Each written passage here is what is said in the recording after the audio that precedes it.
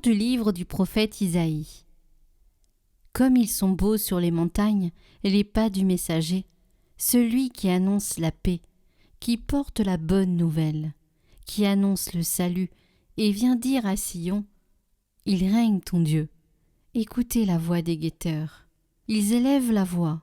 Tous ensemble ils crient de joie car de leurs propres yeux, ils voient le Seigneur qui revient à Sion. Éclatez en cris de joie, vous, ruines de Jérusalem, car le Seigneur console son peuple. Il rachète Jérusalem. Le Seigneur a montré la sainteté de son bras aux yeux de toutes les nations. Tous les lointains de la terre ont vu le salut de notre Dieu. Qu'ils sont beaux sur toutes les montagnes, les pieds de celui qui porte la nouvelle, qui annonce la paix, la joie, la délivrance, et qui te dit que ton Dieu règne. Qu'ils sont beaux sur toutes les montagnes, les pieds de celui qui porte la nouvelle, qui annonce la paix, la joie, la délivrance, et qui te dit que ton Dieu règne.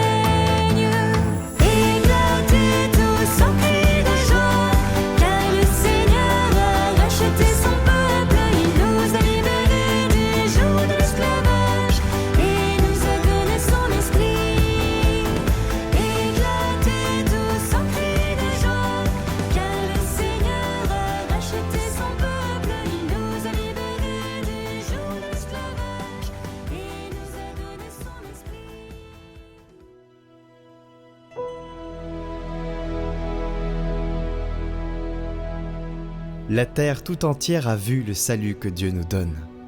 Chantez au Seigneur un chant nouveau, car il a fait des merveilles. Par son bras très saint, par sa main puissante, il s'est assuré la victoire. Le Seigneur a fait connaître sa victoire et révélé sa justice aux nations.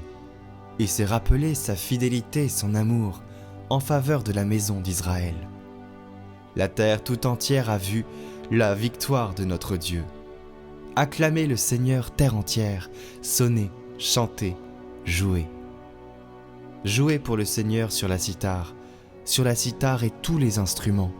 Au son de la trompette et du cor, acclamez votre roi, le Seigneur.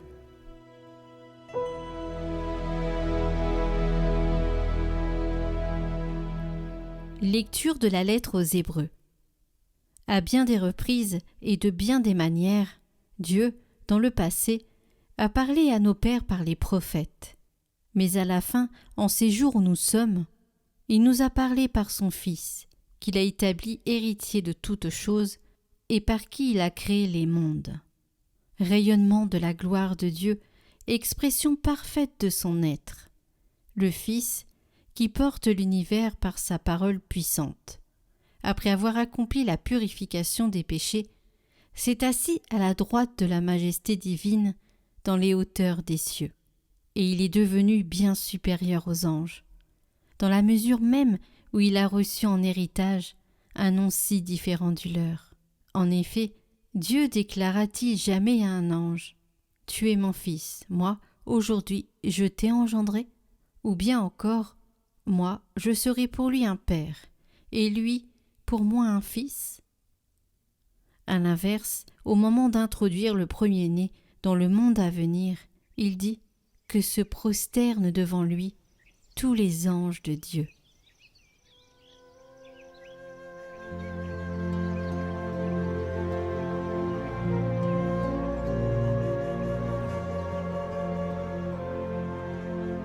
Évangile de Jésus-Christ selon saint Jean. Au commencement était le Verbe, et le Verbe était auprès de Dieu, et le Verbe était Dieu. Il était au commencement auprès de Dieu. C'est par lui que tout est venu à l'existence, et rien de ce qui s'est fait ne s'est fait sans lui. En lui était la vie, et la vie était la lumière des hommes. La lumière brille dans les ténèbres, et les ténèbres ne l'ont pas arrêtée. Il y eut un homme envoyé par Dieu. Son nom était Jean.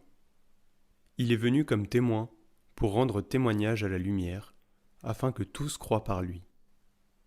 Cet homme n'était pas la lumière, mais il était là pour rendre témoignage à la lumière. Le Verbe était la vraie lumière, qui éclaire tout homme en venant dans le monde. Il était dans le monde, et le monde était venu par lui à l'existence, mais le monde ne l'a pas reconnu.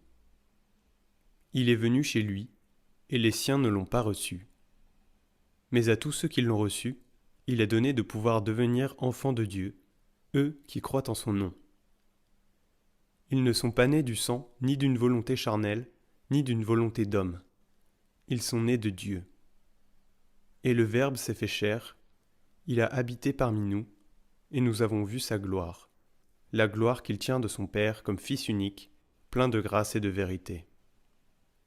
Jean le Baptiste lui rend témoignage en proclamant « C'est de lui que j'ai dit, celui qui vient derrière moi est passé devant moi, car avant moi il était. » Tous, nous avons eu part à sa plénitude, nous avons reçu grâce après grâce, car la loi fut donnée par Moïse, la grâce et la vérité sont venues par Jésus-Christ.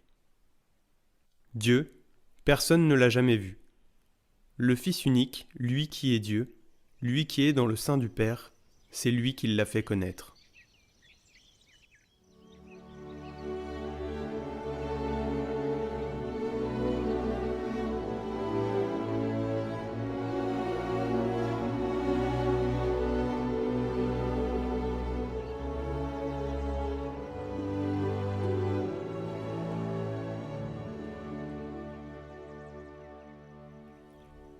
La sainte nuit de Noël a manifesté l'humilité de Dieu. Regardez, contemplez l'humilité de Dieu. Le petit enfant de Marie, couché dans une mangeoire, est le sauveur de l'humanité. Il est tout petit, très faible et très fragile. Pourtant, Saint Jean, en ce jour de la Nativité, nous dit son mystère.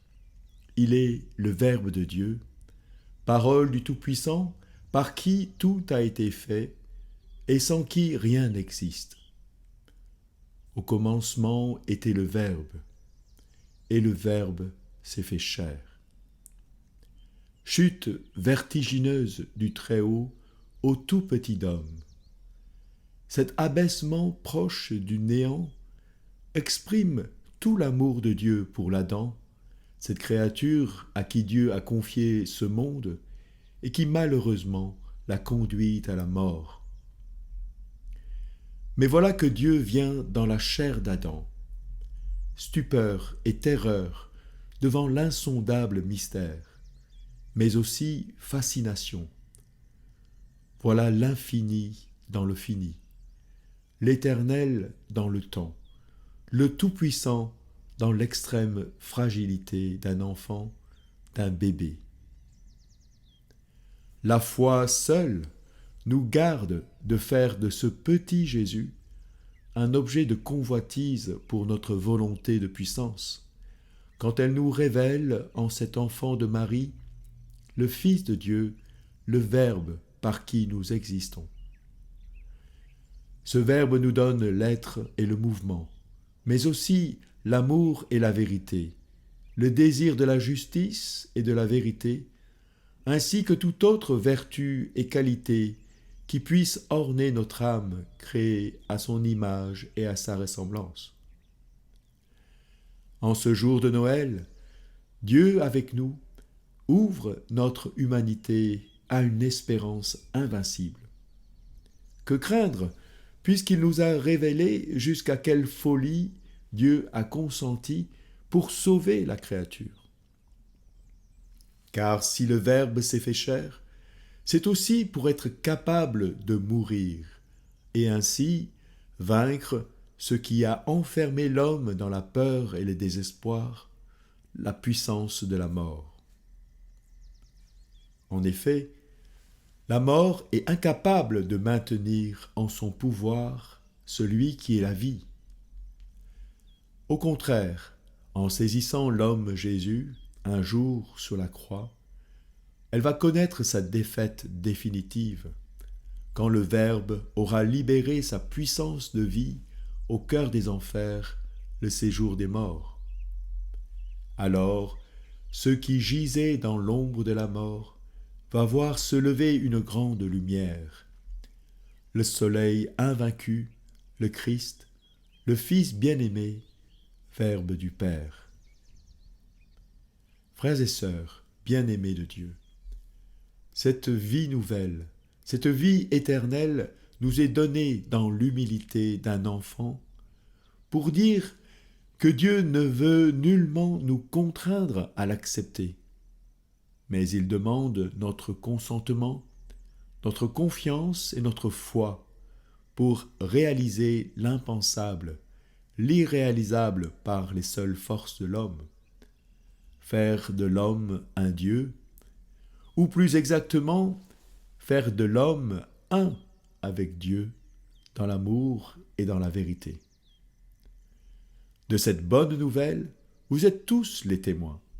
Allez, portez l'Évangile au monde. Amen.